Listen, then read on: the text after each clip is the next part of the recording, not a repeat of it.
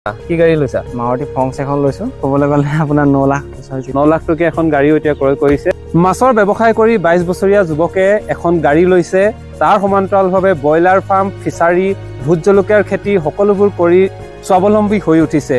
তেওঁ মেট্ৰিক পৰীক্ষাও দিয়া নাছিলে, কিন্তু দিবলৈও ইচ্ছা প্ৰকাশ নকৰিলে আৰু ইয়াৰ সৈতে জড়িত হৈ বৰ্তমান সময়ত নিজকে স্বাৱলম্বী কৰি তুলিছে ধিতাই পুখুৰীৰ সত্যজিৎ বৰুৱাই।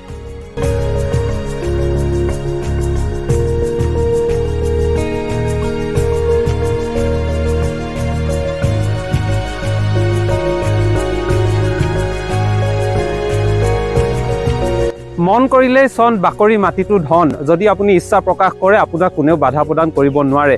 একেবাৰে দৰিদ্ৰ পৰিয়ালৰ সত্যজিৎ বৰুৱাই যিদৰে নিষ্ঠাৰে কাম কৰিলে, যিদৰে ফিচাৰীৰ সৈতে জড়িত হৈ পৰিলে, ব্ৰইলাৰ ফাৰ্মৰ সৈতে জড়িত হৈ পৰিলে, আৰু সেই সত্যজিৎ বৰুৱাই বৰ্তমান সময়ত নিজৰ ঘৰখন পৰিচালনা কৰাৰ লগতে তেখেতে গাড়ী ক্ৰয় কৰিবলৈ সক্ষম হৈছে।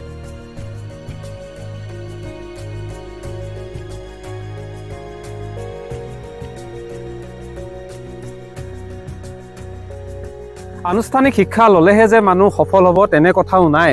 বহুতৰে যদি নিজৰ আত্মবিশ্বাস থাকে, একাগ্ৰতা থাকে, তেনেহ'লে জীৱনত সফল হ'ব পাৰিব। আৰু নিজৰ ঘৰত পৰি থকা মাটিখিনিতো ফিচাৰী খান্দি বা ফাৰ্ম কৰি বিভিন্ন ধৰণৰ শাক পাচলি খেতি কৰিও আপুনি স্বাৱলম্বী হৈ উঠিব পাৰে। আৰু ইয়াৰে এটা প্ৰশস্ত উদাহৰণ দাঙি ধৰিছে বকতা ধিতাই পুখুৰীৰ সত্যজিৎ বৰুৱাই। ইমানখিনি সাহস কেনেকৈ আহিলে? যিহেতু এটা দৰিদ্ৰ পৰিয়ালৰ পৰা তুমি বিলং কৰিছা, সাহস কেনেকৈ গোটালা প্ৰথমে? বিশেষকে মা আৰু দেউতা তেওঁলোকে আজি খেতিয়ে কৰে আগতে, আৰু মোৰ মানে তেওঁলোকক দেখি পিনে আজি এইখিনি মানে কৰি আছো। হয়, কিমান বছৰৰ পৰা লাগি আছে এইটো? 3 বছৰ হৈছে আৰু কৰা এইকেইটা। আৰু ইয়াৰ বাবে ট্ৰেইনিং ক'ত কৰিছিলা? মই নলবাৰী দেৱজিৎ বৰ্মনৰ তেখেতৰ ওচৰত কৰিছো ট্ৰেইনিং কৰিছিলা মাছৰ ওপৰত। এতিয়া কি কৰা হয় ফিচাৰী? তুমি পোনাবোৰ আচলতে উৎপাদন কৰা হয় নে কি হয়? গোটেই মই তেখেতৰ পৰা বৰ্তমান আপোনাৰ যিটো 72 ঘণ্টীয়া পোনা হাতচাৰীত উলিওৱা হয়, তাৰ পোনাটো মই কৰি আনো, কিনি আনি ফিচাৰীত দিওঁ। দিয়াৰ পিছত 1 মাহ 12 দিন 15 দিন মানৰ পিছৰ পৰা আমি মাছটো বিকিবলৈ ষ্টাৰ্টিং কৰোঁ। ক'ত বিক্ৰী কৰা এইটো? আপোনাৰ ডিব্ৰুগড় চাইড যায়, লখিমপুৰ, ধেমাজি, আপোনাৰ মৰাণ, এই লোকেলিটি এৰিয়া এইবিলাকত ইয়াতে বিক্ৰী হৈ থাকে। এতিয়ালৈকে উপাৰ্জন কেনেকুৱা ধৰণৰ হৈছে? তুমি কিমান পোৱা এইবোৰৰ পৰা? আপোনাৰ উপাৰ্জন, আপোনাৰ যদি মাছটো চেলিং হয় উপাৰ্জনটো হয়। কিমান বিঘাৰ ফিচাৰী তোমাৰ আছে? ফিচাৰী এতিয়ালৈকে কিমান বিঘা আছে? বৰ্তমান মোৰ ঘৰত নিজৰ আধা বিঘা আছে আৰু লিজত লোৱা আছে 4টা আছে। আৰু সকলোতে এতিয়া পোনা মেলি থৈছা? মেলা আছে। আৰু ভৱিষ্যতে পৰিকল্পনা কি কৰিছা? কিবা হাতচাৰী বা পোনা একেবাৰে ইয়াত কণী উৎপাদনৰ ব্যৱস্থা কৰিছা নেকি? কৰিছো। অহা বছৰৰ পৰা মোৰ নিজৰ হাতচাৰীতে কণী উৎপাদন হ'ব। আৰু মানে মই বেলেগ ল'ৰা ছোৱালী যিবিলাক নতুন প্ৰজন্ম আহি আছে, তেওঁলোকে যদি ইচ্ছা কৰে মোৰ পৰা পোনাও ল'ব পাৰিব। আৰু মানে মোৰ পৰা 72 ঘণ্টীয়া যিটো পোনা, সেইটো কৰি পিনি তেওঁলোকে বোলে মই বোলে নিজেও এখন আমাৰ লোকেলিটি ইয়াত মাছটো দিওঁ, তেনেকে তেওঁলোকে কৰিব পাৰিব। আৰু এটা দেখিলো যে আমি ব্ৰইলাৰ ফাৰ্মো দেখিলো ফিচাৰীৰ ওচৰত। ব্ৰইলাৰ ফাৰ্ম 2খন দেখিছো। আৰু কি আছে তোমাৰ? মই ব্ৰইলাৰ ফাৰ্মো কৰিছো, জলকীয়া খেতিটো আপোনাৰ কৰিছো। জলকীয়া খেতি মানে এইবছৰ ষ্টাৰ্ট দিয়া হৈছে জলকীয়া খেতিটো, কিন্তু অহা বছৰ আৰু ভালকে কৰিম বুলি ভাবিছো। কিন্তু মানে ব্ৰইলাৰ ফাৰ্মখনৰ মেইন ব্ৰইলাৰ ফাৰ্মখনৰ যিটো ইনকাম হয়, এনে ফিচাৰী খন্দা মেলা তেনেকে মানে প্ৰথম ষ্টাৰ্টিং কৰা। আৰু ভোট জলকীয়াটো বজাৰত এতিয়া কিমানকে বিক্ৰী কৰা হৈছে? বৰ্তমান মই 500 টকা 600 টকাকে বিকিছিলো।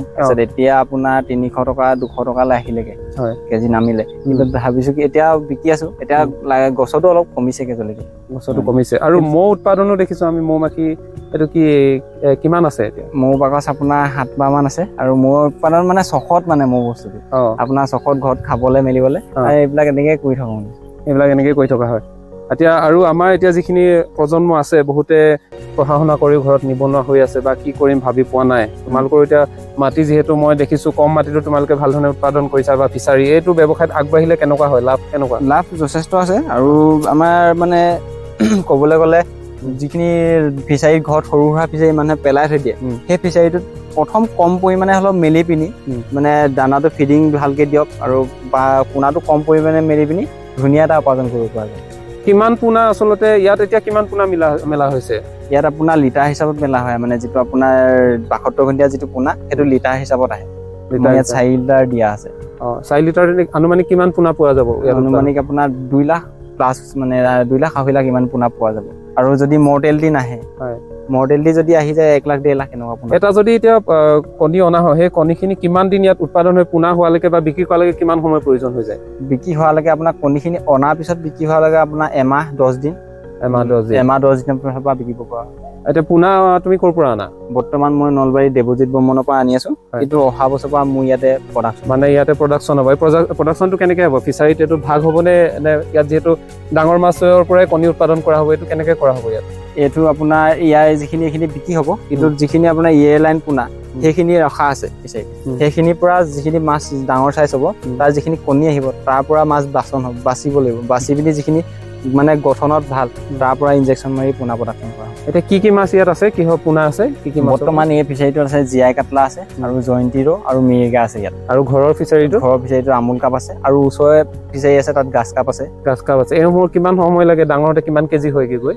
আপোনাৰ এবছৰত আপুনি হাই ডেঞ্চিটিত যদি মেলে গ্ৰথটো ইমান জল্দি নল'ব। আপুনি যদি ল' ডেঞ্চিটিত মেলে তেতিয়া কিন্তু এবছৰত আমুল কাপ এজনী আপোনাৰ 3 কেজি প্লাছ 3 কেজি। আৰু আমুল কাপজনী আপোনাৰ কি হয় লাইন পোনাৰ কথা কৈছো, আপুনি যিটো ফিংগাৰলিং হয় ফিংগাৰলিঙত আপোনাৰ 2 কেজি 2.5 কেজি এনেকুৱা আছে।